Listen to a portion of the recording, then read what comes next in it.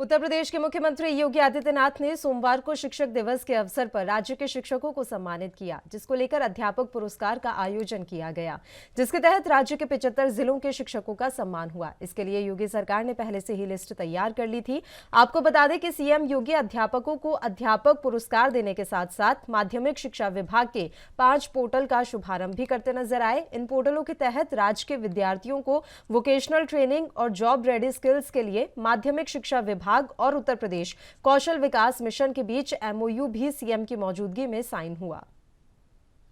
आचार्य और शिक्षकगण, वर्चुअली प्रदेश भर से जुड़े हुए सभी हमारे प्रधानाचार्य और शिक्षकगण, जनप्रतिनिधिगण और उपस्थित भाइयों बहनों, मैं सबसे पहले आप सभी को शिक्षक दिवस की हृदय से बधाई देता हूं। हम सब जानते हैं कि हमारा देश 5 सितंबर की तिथि भारत के द्वितीय राष्ट्रपति, महान शिक्षाविद, महान दार्शनिक डॉक्टर सर्वपल्ली राधाकृष्णन की पावन जयंती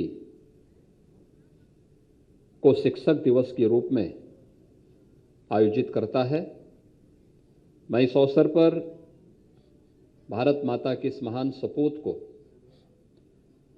भारत की आज़ादी के आंदोलन में, भारत के संविधान निर्माण में, भारत के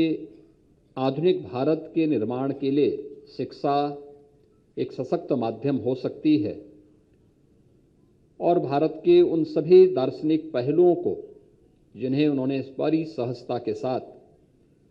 देश के सामने प्रस्तुत किया था, उन सब के लिए,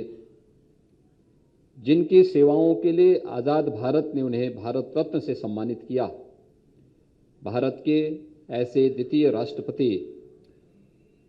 डॉक्टर सर्वपल्ली राधाकृष्णन को इस अवसर पर नमन करते हुए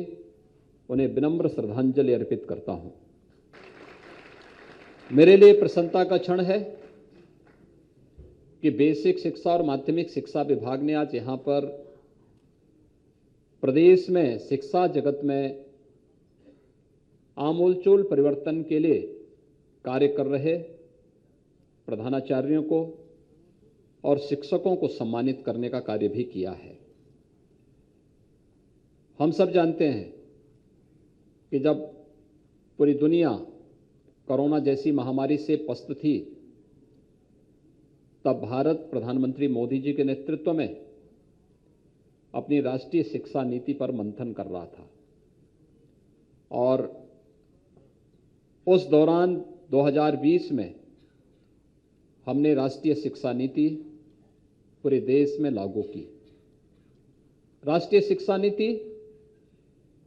केवल सैद्धांतिक न होकर के व्यवहारिक और तकनीकी ज्ञान से ओतप्रोत करने में कैसे हमारे शिक्षण संस्थाएं ओतप्रोत हो सकती हैं और एक छात्र के सर्वांगीण विकास का मार्ग प्रशस्त कर सकती है, उसका एक दिग्दर्शन है। व्यवस्थित रूप से राष्ट्रीय शिक्षा नीति को लागू करने के जो अभियान प्रदेश भर में और पूरे देश भर में प्रारंभ हुए हैं, वह भारत को उसकी पुरातन पहचान शिक्षा क्षेत्र में भारत को जगत गुरु के रूप में स्थापित करना, उसे दिलाने में सफल होगा। इसमें किंचित भी संदेह किसी को नहीं होना चाहिए। शिक्षा जगत में बहुत कुछ करने की संभावनाएं हैं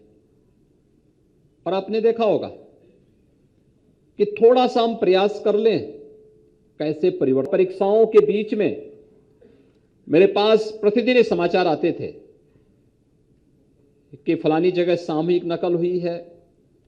फलानी जगह ये हो रहा है, और मैंने उस समय के माध्यमिक शिक्षा के मंत्री और प्रदेश के उप मुख्यमंत्री डॉक्टर दिनेश शर्मा जी को उस समय मैंने आग्रह किया था कि आप कुछ सेंटर का स्वयं निरीक्षण करें, टीम को लेकर के जाएं और नकल विहीन परीक्षा के लक्ष्य को प्राप्त करने की दिशा में हमें कार्रवाई करनी चाहिए। उस समय कुछ सख्ती की गई, रिजल्ट उस वर्ष बहुत खराब था,